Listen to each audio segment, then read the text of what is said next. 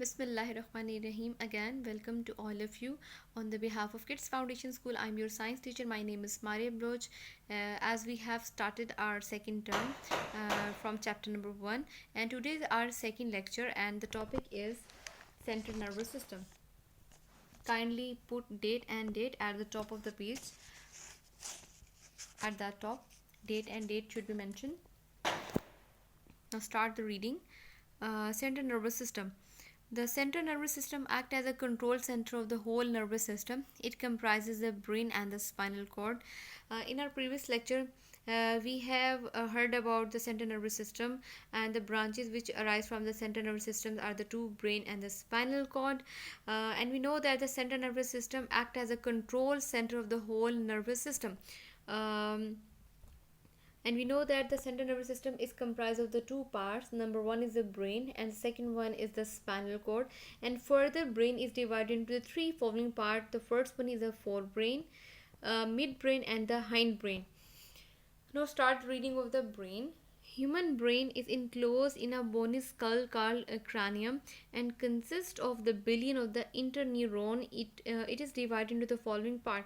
Okay, जो human brain है, अगर हम इसकी बात करें तो इनक्लोज का मतलब बंद होना. ये बंद होता है एक बोनी स्कल में. बोन कहते हैं हड्डियों का बना हुआ, स्कल होता है. आपको पता है, ये आप देखिए डायग्रामेटिक अगर एक्सप्लेनेशन भी इन्होंने यहाँ पर दी हुई है आपको. जो ये आपका ब्रेन दिखाया हुआ है, ये जो आपका ब्रेन है, आपने देखा हम अगर हम अपने अगर अपने हेड को टच करें तो हमें फील होता है कि बोन्स है, सारा बोन इन नेचर है. तो बोनी स्कल इसीलिए इसको बोल रहे हैं कि जो आपका ब्रेन है, आपके हेड के अंदर आपका ब्रेन है ना, और उसके ऊपर एक कवरिंग है.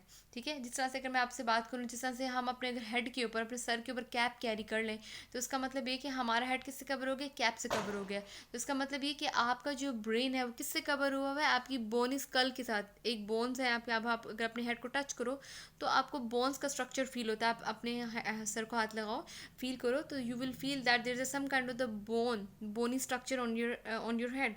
तो आपके ब्रेन के ऊपर एक कवरिंग है, उसे हम बोलते हैं बोनी स्कल, और जिसको बायोलॉजिकली या साइंस टर्म में बोलते हैं cranium. Okay, and consist of the billion of the interneurons. Interneurons का क्या मतलब होता है कि अब मैंने आपको एक पढ़ाया था sensory neurons, motor neurons and the interneurons. Interneurons का बेसिकली काम क्या होता है, अगर आप पीछे वाला पेज टर्न करें तो मे बी आपको जो प्रीवियस लेक्चर वो रिकॉल हो जाए. मैंने बताया था इंटरन्यूरॉन्स का क्या काम है कि वो सेंसरी न्यूरॉन्स और मोटर न्यूरॉन्स के बीच में लिंक क्रिएट करते हैं. ठीक हो गया. ये देखिए इस डायग्राम में भी शो किया गया था इंटरन्यूरॉन्स को कि सेंसरी न्यूरॉन्स जो है वो कनेक्ट हो पा रही है मोटर न्यूरॉन से थ्रू द इंटरन्यूरॉन. जो इंटरन्यूरॉन्स है basically they create a link between these two neurons. Okay, तो जो सेंसरी न्यूरॉन्स और मोटर न्यूरॉन्स के दरमियान में जो लिंक है वो कौन क्रिएट कर रहे हैं, इंटरन्यूरॉन्स क्रिएट कर रहे हैं. तो ये बात अंडरस्टैंड करना बहुत ज़्यादा इंपॉर्टेंट है कि यहाँ पर ब्रेन के अंदर जो है आपके मिलियन ऑफ इंटरन्यूरॉन्स हैं. तो इंटरन्यूरॉन्स क्यों है, there is a reason behind that.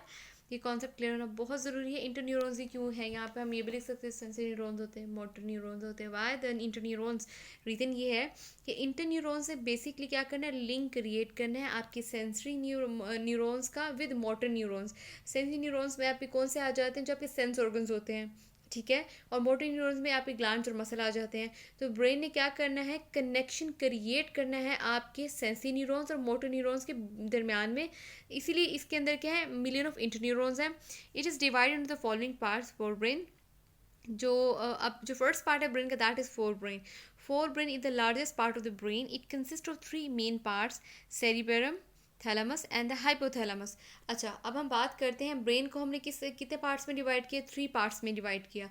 जो फर्स्ट पार्ट है fore brain and itself it is dividing three major parts. That is the first one is cerebrum, thalamus and the hypothalamus. Cerebrum is the topmost and the largest part of the brain. अच्छा, एक बात बता दूं आपको, brain के जितने भी parts हैं सबसे बड़ा पार्ट फोर ब्रेन है, उसके फर्दर थ्री पार्ट्स हैं, और इसके थ्री पार्ट्स में से जो सबसे बड़ा पार्ट है वो है सेरिबेरम. ठीक हो गया, टॉप मोस्ट भी और लार्जेस्ट पार्ट भी. It is divided into the right and the left cerebral hemisphere. Okay, cerebellum control many actions like thinking, feelings, emotions, seeing, hearing, perceptions, memory, speech, decision making, etc. तो हम बात करें cerebrum जो top most portion भी है brain का, four brain का सबसे लार्जेस्ट पार्ट भी है, और ये डिवाइड है किसमें, लेफ्ट और राइट सेरिब्रल हेमिस्फीयर में. तो हम इसको किस तरह से डिवाइड करते हैं, लेफ्ट और राइट किस में डिवाइड, दो पार्ट में डिवाइड करते हैं, एक लेफ्ट पार्ट एक राइट पार्ट। और लेफ्ट राइट पार्ट दोनों को हम क्या कह रहे हैं, left cerebral hemisphere and right cerebral hemisphere. जो सेरिब्रम का काम है वो क्या करता है, वो आपकी बहुत सारे एक्शंस को कंट्रोल करता है, थिंकिंग, आपके सोचने की, फीलिंग, क्या फील कर रहे हो, आपकी इमोशंस, आप सैड हो आप हैप्पी हो, आप सीइंग मतलब देखने की, हेयरिंग मतलब सुनने की, परसेप्शन आपने क्या परसीव किया, लाइक मेमोरी, आपकी जो मेमोरी होती है, याददाश्त वगैरह, आपका बोलना, आपका डिसीजन लेना, डिसीजन मेकिंग की क्वालिटीज़ या कैपेबिलिटीज़, उसको कौन कंट्रोल करता है, आपका सेरिबेरम कंट्रोल करता है। Now move toward the next page. Inside the cerebellum there is a small structure that is called thalamus. Okay, cerebellum के अंदर ही एक बहुत small सा structure होता है जिसे हम कहते हैं thalamus. It control many sensory functions. Okay, मैंने आपको बताया था हमारे सेंसरी ऑर्गन कौन से हैं, नाक, कान, आँख, ये सारे हमारे कौन से ऑर्गन है, सेंसरी ऑर्गन है ना। तो ये क्या करते हैं, हमारे थैलेमस क्या काम करता है, आपके बहुत कंट्रोल करता है सेंसरी फंक्शंस को। Hypothalamus lies at the base of thalamus. अच्छा जी, सेरिबेरम के अंदर कौन सा ऑर्गन है, थैलेमस है, और हाइपोथैलेमस कहाँ है, थैलेमस के बेस के अंदर। ठीक है, थैलेमस की बेस के अंदर क्या है, हाइपोथैलेमस है, सेरिबेरम के अंदर क्या है, थैलेमस है। That's the difference. Okay, it control body temperature, hunger and the thirst. जो आपकी बॉडी के अंदर आपकी भूख है, प्यास है, या फिर जो आपका बॉडी टेम्परेचर है, वो कौन कंट्रोल करता है, आपका हाइपोथैलेमस कंट्रोल कर रहा होता है। अब आएंगे मिड ब्रेन की तरफ। Mid brain is a small part of the brain which is present below the cerebrum. Okay fine, जो पहला टॉप मोस्ट पोर्शन था ब्रेन का वो हमारे पास कौन सा था, फोर ब्रेन था। फोर ब्रेन का जो fore brain further three parts में डिवाइडेड था, सेरिबेरम। ठीक हो गया, राइट। अब हम बात करेंगे जो सेरिबेरम जो है फोर ब्रेन का टॉप मोस्ट पार्ट था, उसके नीचे, सेरिबेरम के नीचे जो पार्ट आ रहा है वो आपका क्या है, मिड ब्रेन है। Okay, it receive the information from the sense organ which is then passed on appropriate part of the forebrain. Okay, अब मिड ब्रेन का काम क्या है, ये मैसेज को लेगा आपके सेंस ऑर्गन से। सेंस ऑर्गन कौन सा है, आपकी आई, नोज, ठीक है, आई है, नोज है, आपका ईयर है, आपका टंग है। अब क्या करना है, मिड ब्रेन ने ये रिसीव किया सेंस ऑर्गन से मैसेज को, और कहाँ पास किया, फोर ब्रेन के अप्रोप्रिएट पार्ट में। Okay, is that clear. Fore brain के तो बहुत सारे पार्ट्स है ना, तो फिर जो भी मैसेज उसका आएगा सेंस ऑर्गन से, और वो जो जो जहाँ भी उसने सेंड करना होगा, जिस अप्रोप्रिएट सेंस ऑर्गन में भेजना होगा, वो वहाँ पे क्या करेगा, उसको भेज देगा। ओके, अब हम मूव करते हैं हाइंड ब्रेन की तरफ। Hind brain consist of three part, cerebellum, pons and medulla oblongata. I know ये टर्मिनोलॉजी आपको समहाउ डिफिकल्ट लगेगी, ये टॉपिक काफ़ी, ये अंडरस्टैंड करें हमारा टॉपिक, कॉन्सेप्ट्स क्लियर करें। हाँ, टर्मिनोलॉजी समहाउ जो है वो आपको क्रैमिंग करनी पड़ेगी, समहाउ थोड़ा बहुत रट्टा अच्छे से मेमोराइज करें। Hind brain consist of three part, cerebellum, pons and medulla oblongata. Okay, अब एक बात बताओ, सेरिबेलम जो है फोर ब्रेन का पार्ट है, सेरिबेलम जो है that is part of hind brain. Cerebellum lies under the back part of cerebellum. Okay, cerebellum के नीचे मिड ब्रेन है और सेरिबेलम के पीछे सेरिबेलम है। अंडरस्टैंड करें बात को, फोर ब्रेन के सेरिबेरम के नीचे बिलो पार्ट पे मिड ब्रेन है, बट सेरिबेरम के बिल्कुल बैक साइड पर पीछे जो है वो सेरिबेलम है। It act as a controller for maintaining the body balance and making precise and accurate movements. Okay, ये आपकी बॉडी में क्या करते हैं, एज अ कंट्रोल के तौर पे एक्ट करते हैं। किस कंट्रोल के तौर पे, आपकी बॉडी के अंदर बैलेंस को मेंटेन करता है। ठीक है, making precise and accurate movements, और आपकी जो बॉडी मूवमेंट्स है उनको कंट्रोल करता है। Pons is an oval structure present beneath the mid brain. अच्छा, पोन्स जो है वो किसका पार्ट है, हाइंड ब्रेन का पार्ट है, और ये किस शेप में, तो ओवल। अंडा आपने देखा, एग जो होता है एग ओवल शेप में है, तो पोन्स की शेप कौन सी, ओवल स्ट्रक्चर है इसका। ये कहाँ प्रेजेंट होता है, मिड ब्रेन के बिल्कुल नीचे जो स्ट्रक्चर है वो पोन्स है। ठीक हो गया, मैं दोबारा रिपीट कर रही हूँ। हाइंड ब्रेन का जो पहला वाला पोर्शन सेरिबेलम वो कहाँ होता है, मिड ब्रेन के कहाँ होता है, पीछे होता है। जो पोन्स है वो कहाँ होता है, वो बीनीथ होता है, नीचे होता है मिड ब्रेन की जो बीनीथ है वो क्या है, वो पोन्स है, बैक साइड पे सेरिबेलम है। और पोन्स का काम क्या है, it control many functions like sleep, swelling, equilibrium and the taste. आपका सोना, आप स्वेलो किसे कहते हैं, स्वेलिंग, जो फूड स्वेलो कर रहे होते हैं, निगल रहे होते हैं, हमारी बॉडी इक्विलिब्रियम बैलेंस को बोलते हैं, बॉडी बैलेंस को। और जो हमारा टेस्ट है, जो हम फूड जो भी ले रहे हो तो उस टेस्ट वगैरह को कौन कंट्रोल करे, आपका सेरिबेलम। अब आते हैं मेड्यूला ओब्लोंगेटा की तरफ। Medulla oblongata forms the posterior part of the brain which is connected with the spinal cord. Okay, medulla oblongata जो है पोस्टीरियर पार्ट किसे कहते हैं, पिछला पार्ट। आपकी ब्रेन की जितना पिछला पोर्शन है उसे हम बोलते हैं मेड्यूला ओब्लोंगेटा। पोस्टीरियर मीन पिछला, एंटीरियर मीन अगला, which where it is connected with the spinal cord. Medulla oblongata जो है हमारे, स्पाइनल कॉर्ड कहाँ होती है आपको पता है, अगर अपनी गर्दन की बैक साइड पे मूव करो, गर्दन की बैक साइड पे, वहाँ पे होती है आपकी स्पाइनल कॉर्ड, और जो मेड्यूला ऑब्लोंगेटा है वो आपकी ब्रेन के पीछे है, ठीक है। जहाँ स्पाइनल कॉर्ड है उससे थोड़ा सा ऊपर मेड्यूला ऑब्लोंगेटा। मेड्यूला ऑब्लोंगेटा जो है किस चीज़ से जुड़ा हुआ होता है, आपके स्पाइनल कॉर्ड से जुड़ा हुआ होता है। Medulla oblongata control heartbeat, breathing and digestion.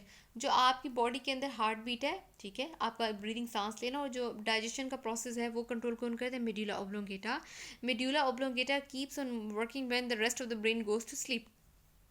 जब आपकी पूरी की पूरी बॉडी जो है रेस्ट पे जाती है ना, जब आपका ब्रेन रेस्ट पे जाता है, ठीक है, तो ये वही चीज़ है जो वर्किंग सिचुएशन में रहती है। Medulla oblongata keeps on working when the rest of the brain goes to. जब आपका पूरा ब्रेन, जब आप सो जाते हो, स्लीप मोड में होते हो, एक चीज़ आपकी बॉडी की एक्टिव होती है, वो है मेडुला ऑब्लोंगेटा, ठीक हो गया, जो कहाँ होती है, आपके स्पाइनल कॉर्ड के से कनेक्टेड है और आपकी ब्रेन के पीछे होती है।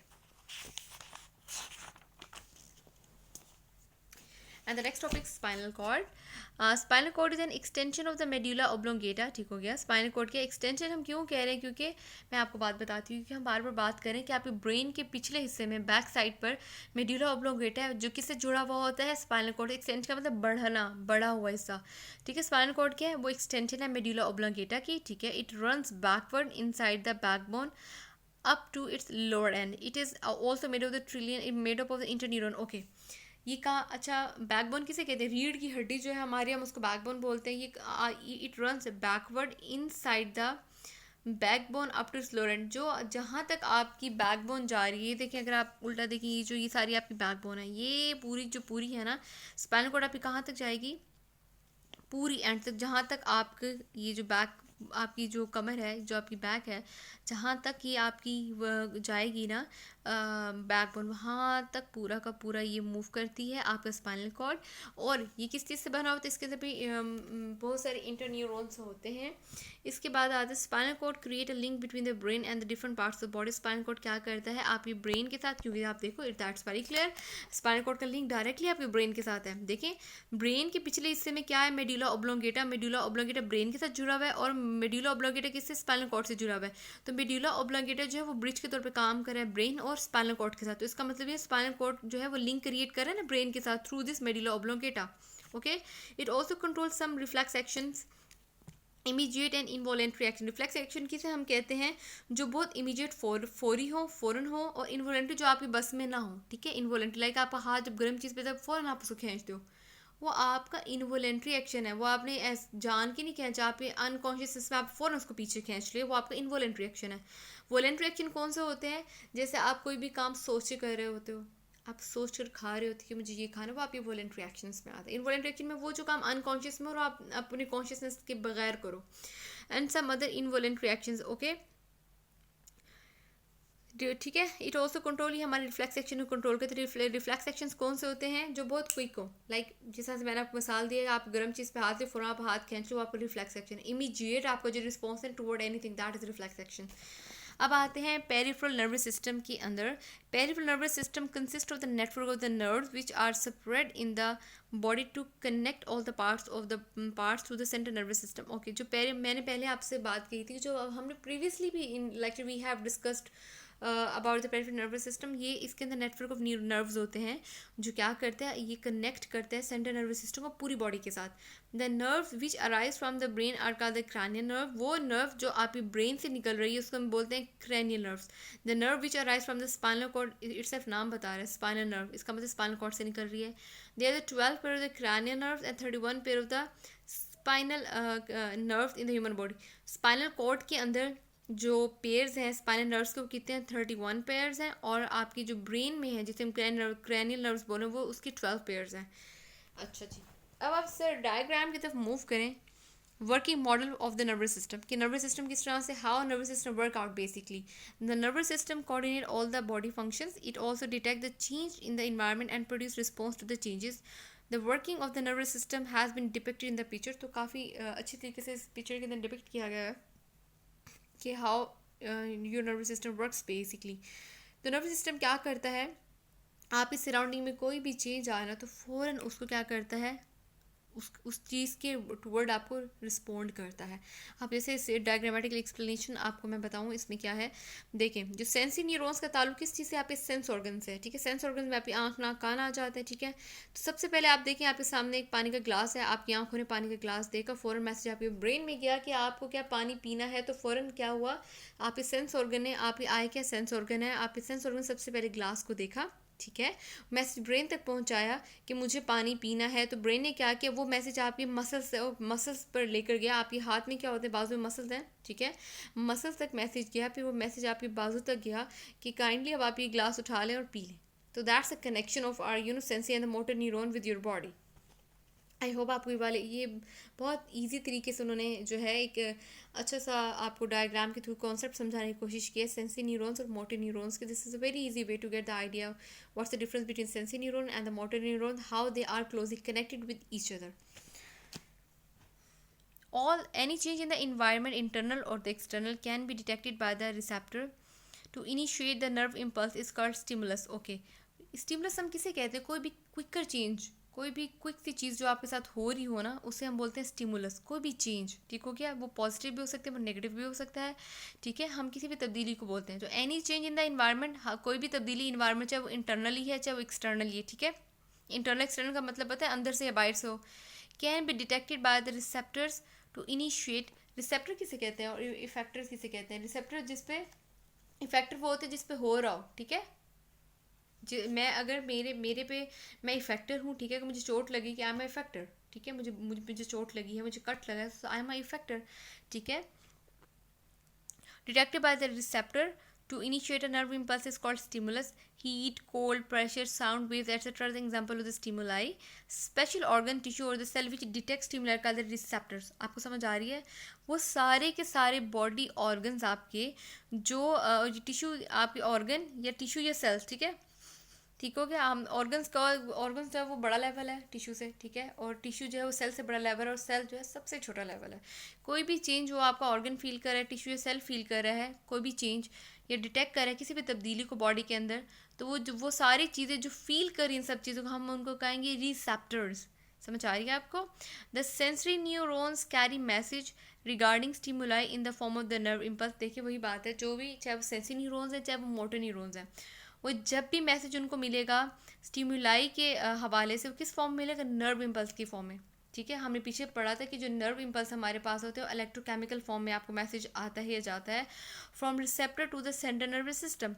Is that clear. मैंने पहले आपको प्रीवियस लेक्चर में बताया था कि जो सेंसरी न्यूरॉन्स हैं वो मैसेज कहाँ पर लेके जाते हैं, आप ये आउटर बॉडी पार्ट से सेंट्रल नर्वस सिस्टम तक मैसेज लेकर जाते हैं, ठीक है। और जबकि मोटर न्यूरॉन्स क्या करते हैं, मैसेज कहाँ से, आप मोटर न्यूरॉन्स के अंदर मैसेज कहाँ पे आता है, सेंट्रल नर्वस सिस्टम से बॉडी पार्ट्स के अंदर जो है वो आता है मैसेज। सेंसरी न्यूरॉन्स में क्या डिफरेंस, सेंसरी न्यूरॉन्स मैसेज लेकर जाते हैं आउटर बॉडी पार्ट से नर्वस सिस्टम की तरफ, बट मोटर न्यूरॉन्स के अंदर मैसेज सेंट्रल नर्वस सिस्टम से आउटर बॉडी पार्ट की तरफ आता है।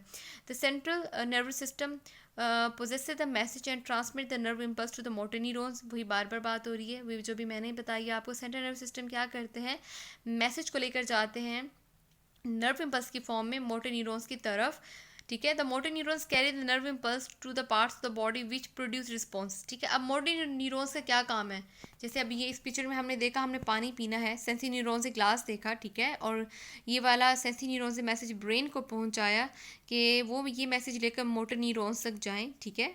और हम मोटर न्यूरॉन्स ये मैसेज लेके जाएंगे मसल ग्लैंड्स तक, जो मसल ग्लैंड्स आपके हाथ में होते हैं, ताकि वो इस ग्लास को पानी को लें और पिए। एग्जैक्टली यही बात यहाँ करने की कोशिश की गई है कि मोटर न्यूरॉन्स कैरी लेकर जाएंगे इस नर्व इम्पल्स को। नर्व इम्पल्स आपका मैसेज है, ठीक है, कौन से बॉडी पार्ट्स तक, जहाँ रिस्पॉन्स पैदा होना है। रिस्पॉन्स हमें चाहिए था अपने हाथ से, किस चीज़ का रिस्पॉन्स, ग्लास उठाने वाला response. Such part are called the effector. ये हमारे क्या है, इफेक्टर्स हैं।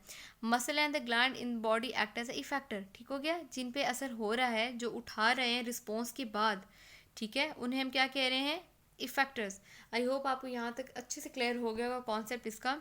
अगर नहीं भी समझ आया तो आप मुझसे काइंडली आप मुझसे पूछ सकते हो, मैं आपको दोबारा से ये चीज़ समझाऊंगी, लेकिन प्लीज़ आप इसको समझने की कोशिश करें। डोंट गेट शाय कि अगर हम क्वेश्चन पूछेंगे गलत ना हो जाए, इट्स ओके, बट आप मुझसे क्वेश्चन पूछे ताकि मुझे आइडिया हो कि आपको जो है समझ आ रही है, कितनी समझ आई कितनी समझ नहीं आई, मुझे आपके क्वेश्चन से आइडिया हो जाएगा। ओके, नेक्स्ट टॉपिक है actions control by the nervous system. Voluntary actions वो होते हैं जो आपकी बस में होते हैं। इनवॉलेंट्री एक्शन वो जो आपकी बस में ना और बड़े अचानक से हो, अनकॉन्शियसनेस में आपसे हो।